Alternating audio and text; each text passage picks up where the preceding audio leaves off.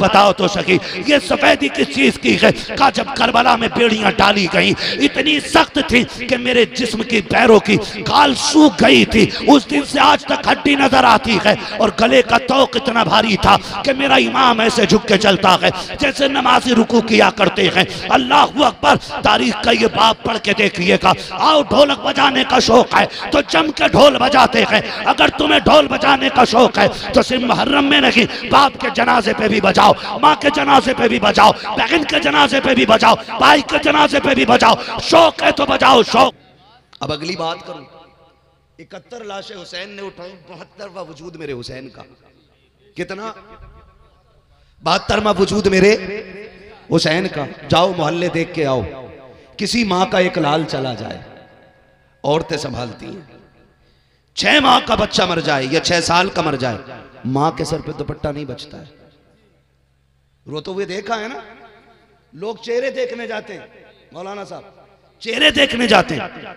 हालत ये होती है, हालत बता देती है। माँ वो है जिसको कपड़ों का ख्याल नहीं है, बहन वो है जिसे अपना होश नहीं है। का ये करीबी रिश्तेदार हैं जिनके होश उड़ गए हैं। मगर वाह रे ज़ैनब, तूने कैसी तरबियत खातूने जन्नत की गोद में पाई है। किसी का एक चला जाए, 12 बजे तक औरतें आके संभाला करती हैं, मुंह में जबरदस्ती लुक़्मे देती हैं। खाले बहन जो होना था हो गया, जिसको जाना था चला गया, शोहर चला जाता है तो औरतें बिलखती रहती हैं। रात के 12 बजे तक खानदान वाले दिलासा देते हैं, 12 बजे वो भी उठ के आ जाते हैं। फिर घरों का मंजर क्या होता है? यतीम बेवा को देख के रोते हैं, बेवा अपने यतीमों को देख के रोती है। बच्चे सोचते हैं कल के बाद बाबा की जगह कौन लेगा।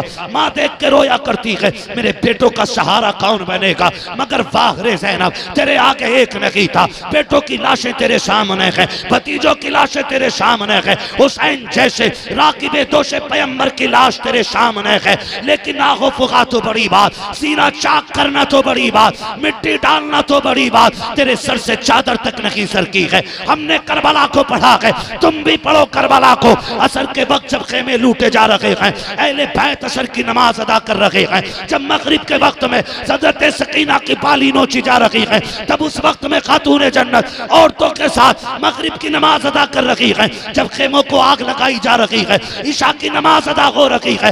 ये नबी के घर वाले हैं, हर हाल में अल्लाह रसूल को नहीं छोड़ा है।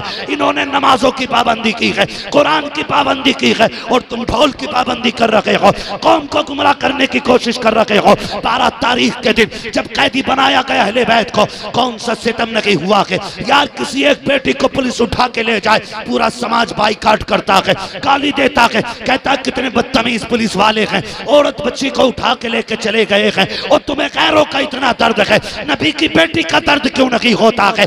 एक ही ऊंट के ऊपर हजरत शहरबानो, उम्मे रुबाब, सैयदा ज़ैनब, 3 औरतों को एक ऊंट पे रस्सियों से जकड़ के डाला गया। और यार बता तो सकी क्या गुजरी होगी खातूने जन्नत के जिगर पे जब उनकी बेटी को कैद किया गया होगा, रस्सियों में जकड़ा गया होगा, जब इनको कैदी बनाया गया। इमाम ज़ैनुल आबिदीन के पैरों में बेड़ियां, हाथों में हथकड़ी, गलों में तोक डाला गया। कौन ज़ैनुल आबिदीन है? ये वो है जिसने बीमारी में भी कहा था अब्बा मेरे हुए होते आप होते हुए करबला क्यों जाएंगे, मैं जाऊंगा। मेरे हुसैन ने सीने से लगा के कहा था शहजादे जो करबला में देखा है नाना से तुम जाके बयान करोगे, जो तुमने आंखों से देखा है एक एक बात नाना से जाके कह देना। कहा बेटे तुम मेरी अमानतों के अमीन हो, और ये अमानतें आज से लेके कयामत तक चलनी है। जाओ बेटे मैं तुम्हें रुखसत कर रहा हूँ, रुखसत हो रहा हूँ तुम्हें फी अमानिल्लाह कह के। ये ज़ैनुल आबिदीन है, खुदा की कसम जानते हो इनके पैरों की बेड़ियां, गले का तौक इतना भारी था कि आपके पैरों में पूरी जिंदगी ये हड्डी की सफेदी नजर आती थी। किसी ने कहा सज्जाद बताओ तो सही ये सफेदी किस चीज की है। कहा जब करबला में बेड़ियां डाली गई इतनी सख्त थी कि मेरे जिस्म की पैरों की खाल सूख गई थी। उस दिन से आज तक हड्डी नजर आती है, और गले का तौक इतना भारी था कि मेरा इमाम ऐसे झुक के चलता है जैसे नमाजी रुकू किया करते हैं। अल्लाह अकबर। तारीख का ये बाप पढ़ के देखिएगा। आओ ढोलक बजाने का शौक है तो जम के ढोल बजाते हैं। अगर तुम्हें ढोल बजाने का शौक है तो सिर्फ मुहर्रम में नहीं, बाप के जनाजे पे भी बजाओ, माँ के जनाजे पे भी बजाओ, बहन के जनाजे पे भी बजाओ, भाई के जनाजे पे भी बजाओ। शौक है तो बजाओ शौक से। मगर तारीख का ये बाप देखो, जब कैदी बनाया गया यजीद के कहने पे इब्ने ज़ियाद ने अमर इब्ने साद को ऑर्डर दिया था कि जब कैदी बना के लाओ खामोशी से मत लाना, आगे आगे ढोल होना चाहिए ताकि अगले बैत का तमाशा जमाने को नजर आ जाए। पता ये चला ढोल बजाना हुसैनियों का तरीका नहीं, यजीदियों का तरीका है। जो यजीदी होंगे वो ढोल बजाएंगे, जो हुसैनी होंगे वो कुरान की तिलावत सुनाएंगे।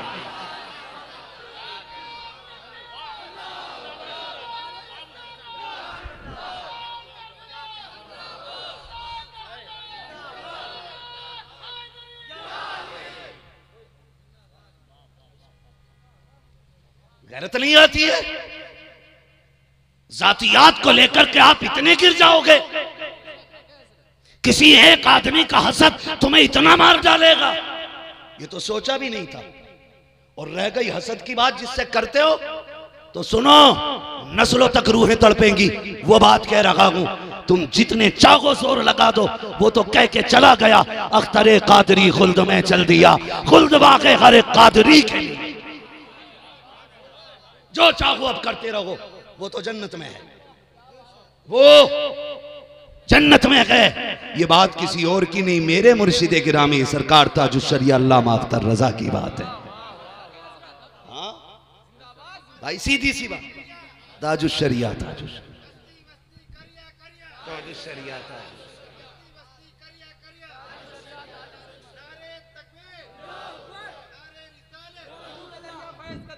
ताजुश शरिया, ताजुश शरिया। सुने, बस वक्त कम है, 5 मिनट में बात समेटने लगा। ये करबला वाले लोग हैं, कैदी बनाए गए। कभी दर्द समझो यार, दर्द समझो, महसूस करो आप।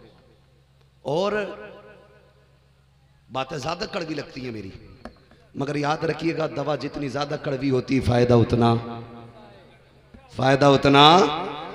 ज्यादा होता है। अल्लाह आपको सलामत रखे। बचेंगे इंशाअल्लाह ढोल से, बचेंगे इंशाअल्लाह, बचेंगे। मुहर्रम की पहली तारीख आ जाए, हर घर से कुरान की आवाज आनी चाहिए, मस्जिदों की सफें फुल हो जाएं, ताकि दुनिया को पता चल जाए उसने सजदे में सर दिया था, इन्होंने सजदों से सरों से सजदों को आबाद कर दिया है। हर घर से कुरान की आवाज़ आए, दुनिया को पता चल जाए। सिर्फ ज़ैनब ने कुरान नहीं पढ़ा था, कुरान पढ़ के क़यामत तक की बेटियों के दिलों में कुरान को पैदा करके कहा था, जिंदा करके कहा था कुरान को कि मर जाना लेकिन कुरान ना छोड़ना। कुरान की मोहब्बत को जिंदा किया था ज़ैनब ने कुरान पढ़ने के बाद। तवज्जो करें सारे लोग, करबला है। एक कहने लगा, जी अजीब मसला है तुम लोगों का भी। मैंने कहा क्यों? कहा हुसैन हुसैन भी करते हो और कभी उनके अज़ादारों को गाली देते हो, कभी कुछ कहते हो। मैंने कहा बात मेरी नहीं, बात सैयदा ज़ैनब की है। कैदी बन के जब कूफे में पहुंची थी और लोगों ने रो रो के दिखाया तो उन्होंने कहा था ड्रामे ना करो, तुम्ही ने बुलाया और साथ छोड़ दिया। उन्होंने कहा था जाओ, तुम्हें सुबह क़यामत तक इसी तरह रोना पड़ेगा। तो भाई हम अहले बैत के साथ हैं, हम अहले बैत के साथ हैं। क्या नाम है, अभी फिलिस्तीन के वो इस्माइल हानिया, आप देखें ईरान में बुला के मार दिया जाता है। काश इस्माइल हानिया को यह मालूम होता कि ये कूफा वाले कभी वफा नहीं करते। इन पे भरोसा कैसे कर लिया, भरोसा कैसे कर लिया। कल हुसैन को बुला के धोखा दिया था, आज इस्माइल हानिया को बुला के धोखा दिया। मगर याद रखना, फिलिस्तीन कल भी रब के रहम पे था, आज भी रब के रहम पे है। उसके मुहाफिज पैदा होते रहेंगे। मेरे नबी ने फरमा दिया था, एक कौम ऐसी होगी जो फिलिस्तीन के लिए लड़ती रहेगी। लड़ती रहने रहेगी मतलब मेरे नबी के जुमले, कितनी भी कोशिश कर लो इस कौम को मिटा नहीं सकते हो। मिटा नहीं सकते हो। अगर 313 भी ये बचेंगे तो ये लड़ते रहेंगे। मुझे मतलब सऊदिया के दलाल और अय्याशों से नहीं, जिन्होंने अरब की जमीन पे जुए और अय्याशी के अड्डे खोले गए। मुझे तो सवाल उन लोगों से है कि जिन्होंने नबी के सहाबा की भी गैरत नहीं की। जिस जमीन को नबी के 1.5 लाख सहाबा ने सजाया, जिस जमीन पे लाखों सहाबा आराम कर रहे हैं, कम से कम बेगैर तो उनकी तो गैरत की होती। जिन्होंने मदीने के लिए जाने कुर्बान की, उनके लिए तो गैरत की होती। उन औरतों का ख्याल तो आया होता जिन्होंने मदीने मक्के के लिए जैसे माँ के बेचे बच्चे कुर्बान किए थे। तुम इतने गए गुजरे दलाल निकले, तुम तो मुस्तफा से भी वफा न कर सके, कौन से क्या वफा करोगे। याद रखिएगा लोगों, किसी भी हुक्मरान की जिंदगी हमारे लिए दलील नहीं हो सकती है। अगर काबे की चाबी हाथ में रखता हो और यजीदियों की नाजायज औलाद हो, हमारे लिए काबे की चाबी होने वाला काफी नहीं है। हमारे लिए काफी होने के लिए मुहम्मदी होना जरूरी है। मुहम्मदी वो होगा जिसके सीने में उमर वाला जज्बा भी होगा, अबू बकर वाला ईमान भी होगा। शर्म नहीं आती है? अल्लाह आपको सलामत रखे। नफरत करो इन कुत्तों पे, लानत भेजो जो अय्याशी में डूब गए। फिलिस्तीन के बच्चों को देखो, आज खुदा की कसम करबला याद आता है। करबला, करबला, बारिश का पानी टपक रहा है। एक बच्चे को देखा ना, वो उसमें मुंह फैला के खड़ा, चंद कतरे गले में गिर जाएं। और अरब के अय्याश, सोनों पे पलने वाले दलाल, ये शराब के नशे में डूबे हुए हैं। इन्हें उम्मत दिखाई नहीं दे रही है, इन्हें उम्मत दिखाई नहीं देती। एक इंटरव्यू आया फिलिस्तीन से, एक बच्ची ने अपनी मां से कहा, अम्मी रात मेरे ख्वाब में हुजूर आए थे। वो बच्ची कह रही है, बच्ची 5 या 4 साल की बच्ची है, कह रही है अम्मी रात मेरे ख्वाब में हुजूर आए थे। कहा बेटी क्या हुआ? कहा अम्मी उन्होंने अपने हाथों से मुझे यूं प्याला बना के कुछ पिलाया। 5 साल की बच्ची कह रही है, उन्होंने अपने हाथों से कुछ बना के मुझे पिलाया। कहती मां ने कहा बेटी जायका कैसा था? कहती अम्मी ऐसा लग रहा था जैसे पानी में शहद मिलाया गया है, जैसे पानी में शहद मिलाया गया है। वो बच्ची कह रही थी अम्मी हुजूर आए, मुझे सीने से लगाया, कहा अपने हाथों से उन्होंने कुछ पिलाया, अब तक प्यास नहीं लग रही है। कहा बेटी तूने कैसे पाया? कहा जब वो आए उन्होंने इतना प्यार किया अम्मी, मुझे उनसे दोस्ती हो गई है, मुझे उनसे मोहब्बत हो गई है। सोचो अगर फिलिस्तीन की बच्चियों को पानी पिलाने के लिए मदीने वाला आ सकता है तो फिलिस्तीन को बचाने के लिए नबी का उमर क्यों नहीं आ सकता? इससे नसीहत सीख अरब के दलाल अय्याश। अय्याशी में डूबने वालों, जिंदगी 4 दिन की है। तुमसे पहले भी आए और आकर के चले गए।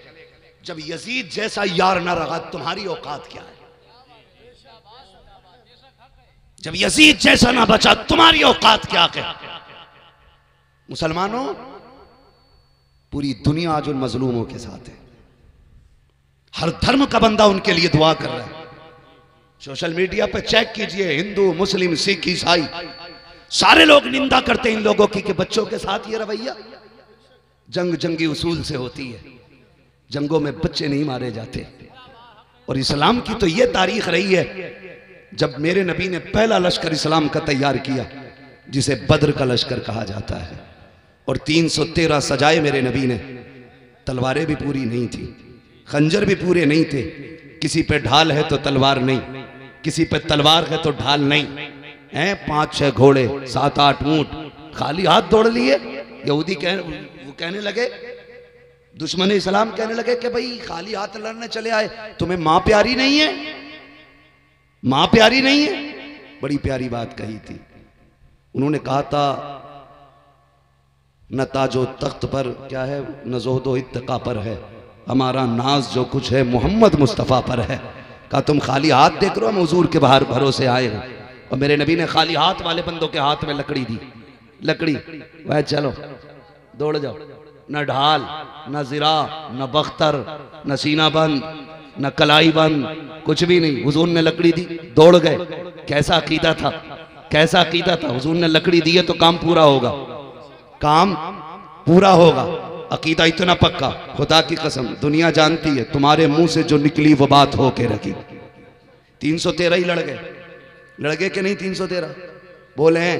हुजूर ने वो लश्कर सजाया तो मेरे नबी ने कहा था, सुने बच्चों पे औरतों पे तलवार ना उठाना, और तलवार चलाते चलाते अगर कोई तुमसे अमान माल मांग ले उसे भी माफ कर देना। बूढ़ों पे और गुलामों पे तलवार ना चलाना।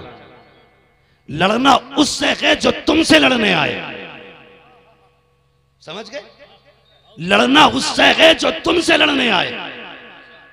तुमने जिहाद की तफसीर गलत बयान की है।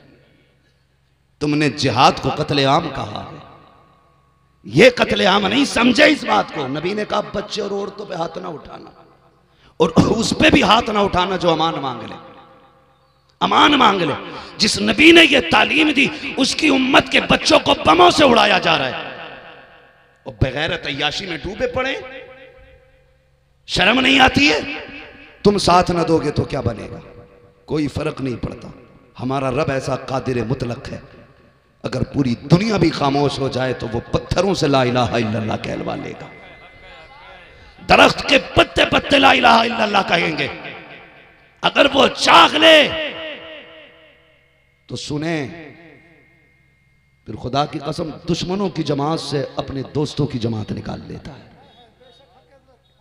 तारीख गवाह है। डॉक्टर इकबाल ने नहीं कहा था, है आया यो रिशो तातार के अफसाने से, पासबा मिल गए काबे को सनम खाने से, दश्त तो दश्त हैं दरिया भी न छोड़े हमने, बहरे जुल्मात में दौड़ा दिए घोड़े हमने। भाई समझे जरा, करबला शरीफ को देखें, एक ही ऊंट पे 3 लोग बंधे, 3 मुश्किल घड़ी थी अहले बैत तार के लिए, कैदी बना के चलाए गए। आगे आगे ढोल, उनके पीछे इमाम हुसैन का सर, उनके पीछे बाकी नेज़ों पे बाकी शहीदों के सर, उसके पीछे कैदी, सबसे पीछे सैयदा सकीना। तवज्जो है ना? चलूं आगे, बस ये बात पूरी कर लूं ताकि ढोल समझ में आ जाए कहां और क्यों हुआ था और कैसे बचा था। काफिला चला, जब एक शहर से गुजरने लगा ना, तो एक शहर में एक नाबीना अंधा था, भीख मांग रहा था। उंगली पकड़ के एक बच्चे को साथ लाया था ताकि वो उसे रास्ता दिखाए। वो खड़ा हुआ, ढोल की आवाज आई, उसने कहा लगता है कोई बड़ा जश्न है। अंधे ने कहा सवाली। बच्चे ने कहा मतलब का लगता है कोई बारात आ रही है, इसलिए ये ढोल बज रहा है।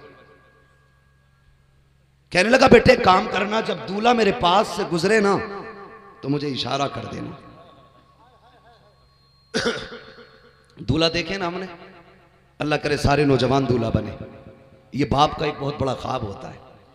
लेकिन जब दूल्हा बने, अल्लाह करे दुल्हन बाप की मर्जी से लाए, अपने आप की मर्जी से ना लाए, क्योंकि अपनी मर्जी से दुल्हन लाना ये भी बाप का एक अपना एक मोहब्बत का एक पहलू होता है, उसका हक होता है।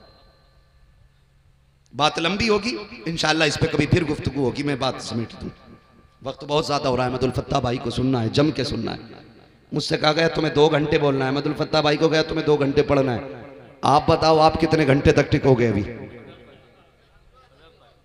2-3 लोग तैयार हैं बैठने के लिए, बाकी तो इंशाअल्लाह चले ही जाएंगे ना। सुनेंगे ना सारे अहमदुल फत्ता भाई को भी, है ना? बहुत अच्छा पढ़ते। सुने बस आखिरी बात, उसने कहा कि जब दूल्हा की सवारी आए ना तो मुझे इशारा कर देना, इसलिए कि जब दूल्हा हो और फिर उससे भीख मांगो, उसके यार बढ़ चढ़ के भीख देते हैं। तुमने नहीं देखा मस्जिद में जा इमाम साहब ने 2 रकात पढ़ाई तो दोस्त पूछते क्या देना है कि 551, तो यार कहते हैं कि नहीं लो 1100 लो, दोस्त की शादी है हमारे। होता है कि नहीं? यही होता है कि नहीं भाई? दोस्त बढ़ चढ़ के। उसने कहा कि जब दूल्हा आ जाए तब बताना, मैं सवाल करूंगा। बच्चे ने कहा ठीक है। जब मोड़ से मुड़ा वो काफिला और सबसे पहले ढोलों पे नजर पड़ी ना, बड़े बड़े ढोल, वो कीमती कपड़े। बच्चा कहता अब्बा लगता है बारात बड़े लोगों की है, ढोल बड़े तगड़े हैं, कपड़े बड़े कीमती हैं, बड़े लोगों की बारात है। कहा ठहरे, दूल्हा भी शान वाला होगा। बच्चा ये कह के भी चुप हुआ था कि ढोल की लाइन खत्म हुई और जब सरों की लाइन शुरू हुई बच्चे ने सरे हुसैन नेज़े पे देखा, बच्चा चुप हो गया। बच्चा चुप हो गया, सर देखता रहा। आखिर में जो सर देखा अली असगर का सर था। बच्चे के होश उड़ गए, सोचने लगा बड़ों से दुश्मनी की वजह समझ में आती है, जवान समझ में आते कि कोई लड़ाई हो गई होगी, इसलिए सर काट के नेज़े पे रख दिए गए। इस 6 माह के बच्चे ने क्या बिगाड़ा होगा, यह सोच के बच्चा बेहोश होकर गिर गया। जब वो सरों की लाइन खत्म हुई और कैदियों की लाइन चली, सबसे आगे ज़ैनुल आबिदीन, इमाम ज़ैनुल आबिदीन अभी आगे बढ़े थे, सैयदा ज़ैनब की सवारी। बच्चे को होश आया, उसने उठने के लिए उसके दामन का सहारा लिया। उसने यह समझा शायद दूल्हा आ गया, मेरे बच्चे ने इशारा किया है। उसने हाथ फैला दिया, कूफे का इलाका था। उसने कहा, लोगों नबी की खैरात दो, अली की खैरात दो, नबी की खैरात दो, अली की खैरात दो। उसने ये सोचा ये सारा कूफे का इलाका अली का है, तो क्यों ना अली के नाम की भीख मांगो। जैसे इसने कहा है, लोगों अली की खैरात तो नबी की खैरात, हजरत ज़ैनब की चीख निकल जाती है, कहती अम्मी फिजा आज कई दिन हो गए हैं किसी ने पहली बार मेरे बाप का नाम लिया है, इससे कहो तो सही, बड़ा सुकून मिला है, एक बार और मेरे बाबा का नाम ले दे। आप कहती है मांग जरा, किसके सदके में मांग रहा है। उसने कहा नबी की खैरात तो अली की खैरात तो। कहा एक बार और कह तो सकी। उसने फिर कहा अली की खैरात तो नबी की खैरात दो। इतना सुना है, आप बच्चे की तरफ इशारा करके कहती हैं अम्मा फिजा जरा बच्चे को तो बुलाओ। बच्चा करीब आया, कहा कैसे खड़े हो। कहा हम तो बाप दादाई भिखारी हैं। कहा अच्छा, कहा कब से मांग रहे हो। कहा नस्ल दर नस्ल मांग के जीते चले आ रहे हैं। आप कहती हैं आज क्या चाहिए। कहा इतना दे दो जो तुम्हारी शाया निशान हो। अल्लाह अकबर। जैसे इतना बच्चे ने कहा है, कहा तूने जन्नत की बेटी कहती है, वो देख जो सबसे पीछे सवारी आ रही है, वो हुसैन की सकीना की सवारी है, जाके उसके पैर की मिट्टी हटा ले, खुदा तेरी मोहताजी दूर कर देगा। बच्चे ने बूढ़े का हाथ पकड़ा, लेके दौड़ गया है, मिट्टी हटाई है, सोने का ढेर निकल आया है। काबा काम बन गया है, आज के बाद भीख नहीं मांगनी पड़ेगी। कहा किस लिए। कहा ये जो कैदियों का काफिला गया है, इनमें से एक खातून ने मुझे इस सोने का पता बताया था, अब्बा सोना निकल आया है। उसने हाथ पकड़ा बच्चे का, कहा थूक दे सोने पे, वहां लेके चल जहां ये कैदी बेटी गई है। कहा अब्बा किस लिए। कहा तू नहीं जानता है, ये जो बेटी गुजर के गई है, या तो अली की बेटी गई है या नबी की बेटी गई है। कहा किस लिए। कहा ये शान रब ने नबी वालों को अता की है, अगर मिट्टी को सोना कहते हैं तो मिट्टी सोना हो जाती है। नारे तकबीर, नारे तकबीर, नारे रिसालत, जिक्रे शोदाए करबला, फैज़ाने शोदाए करबला, मसलक आला हजरत, तालीमात आला हजरत, पैगाम आला हजरत, नारे तकबीर, नारे रिसालत। साबिर भाई किधर है। साबिर भाई, साबिर भाई हैं या इंतजाम में लगे हुए। इंतजाम में लगे हुए। अल्लाह उन्हें जज़ाए खैर दे। बड़ी मुश्किल तो यही होती है कि बांटने वाला अक्सर भूखा रह जाता है। हाँ, इंतजाम करने वाला अक्सर बेसुकून रहता है। जो जलसा कराता है वो कभी तकरीर सुन नहीं पाता है, क्योंकि इंतजामात ही ऐसे होते हैं। मगर याद रखिए, आप कहीं भी है ना, अल्लाह आपकी नीयत देख रहा है, नीयत देख रहा है। रब बड़ा करीम है हमारा, बड़ा करीम रब है, बड़ा करीम रब है हमारा। ठीक है जी। अहले बैत अतार को कैदी बना करके ढोल आगे बजाए गए थे, बजाने वाले यजीदी थे। तुम किस चीज़ का ऐलान कर रहे हो। क्या हुसैन की शहादत इतनी छुपी हुई शहादत है कि तुम्हारे ढोल से ऐलान होगा। क्या हुसैन की शहादत इतनी ढकी शहादत है, तुम ढोल बजा के बताओ कि मुहर्रम का महीना आ गया। तुम्हारे जैसे बेगैरत होंगे जो ढोल से पता लगाएंगे। आशिक तो उंगलियों पे महीने याद रखते हैं, आशिक उंगलियों पे महीने याद रखते हैं। ढोल से पता नहीं चलता है कि मुहर्रम वाला आ गया है। ढोल से नहीं, चांद बता देता है करबला वालों का महीना आ गया है। हमें ना बताओ ढोल से, हम तो खुशबू से पहचान लेते हैं। जानते हो हम मुसलमान हैं, हमारे साल का इख्तिताम भी कुर्बानी से है, इब्तिदा भी कुर्बानी से है। जब एक कुर्बानी हो जाती है हम समझ जाते हैं दूसरी कुर्बानी आने वाली है। हाँ, तो भाई ख्याल कीजिएगा, ख्याल कीजिए, तवज्जो करें। अल्लाह हम सबको सच्चा पक्का हुसैनी बना दे, हुसैनी बना दे। जहां पे इमाम हुसैन के सब्र की इंतहा हुई, वहां से सैयदा ज़ैनब के सब्र की इब्तिदा हुई। तारीख गवाह है, तारीख गवाह है। करबला से शाम, कूफा, फिर शाम, करबला होते हुए मदीने ये काफिले वापस, पलटा काफिला। 9 महीने लगे। जब पैदल सफर जोड़ा गया तो 5600 मील मसाफत निकली। किलोमीटर आप हिसाब लगाना, 5600 मील पैदल सफर। अली की बेटी तेरी जुर्रत को सलाम, पैदल चल के आई है, खाली नहीं आई है, कुरान पढ़ती हुई तशरीफ लाई है। जब ये सफर मदीने में मुकम्मल हुआ था, सैयदा ज़ैनब के 72 कुरान मुकम्मल हो चुके थे। 72 कुरान। इमाम ज़ैनुल आबिदीन का हाथ पकड़ा, सज्जाद जी पूपी ये सामने क्या है? कहा हुजूर का रोज़ा, हुजूर का मज़ार है, हुजूर का मज़ार है। कहा पूपी पता नहीं आपको? कहा पता तो है, लेकिन तुझसे पूछ रही थी। क्यों? कि मैंने हुसैन से वादा किया था कि तेरे सज्जाद को मदीने तक खैरियत से लेके जाना है, ले आई हूं, इसलिए मैंने तुझे हुजूर की चौखट दिखा के पूछा, आ गए ना मदीना? जी पूपी। फिर रुख किया करबला की तरफ, हुसैन देख मैंने तेरे सज्जाद को खैरियत से मदीने पहुंचा दिया है। इसलिए हम कहते हैं बचा के कूफे से आबिद को लेके आई है, कमर पे बारे इमामत उठा के लाई है। अली की बेटी को झुककर सलाम कर इस्लाम, तेरी अमानतें घर तक बचा के लाई है, तेरी अमानतें घर तक बचा के लाई है। इन्नल्लाह मअस साबिरीन, अल्लाह सब्र करने वालों के साथ है, सब्र करने वालों के साथ है। साथ होने का मतलब ये नहीं है रब की रहमतें तलवार की धार बन जाए, मतलब ये नहीं है तुम्हारी तीली भी तलवार बन जाए। मतलब रब की रहमत का और साथ होने का यह है, जो काटने आए थे वो मिट गए, जो कटने आए थे वो आज भी बाकी हैं, वो आज भी बाकी हैं। जिन्होंने 22,000 नहरे फुरात पे लगाए थे पहरे, आज उनकी नस्लें प्यासी तरस रही हैं।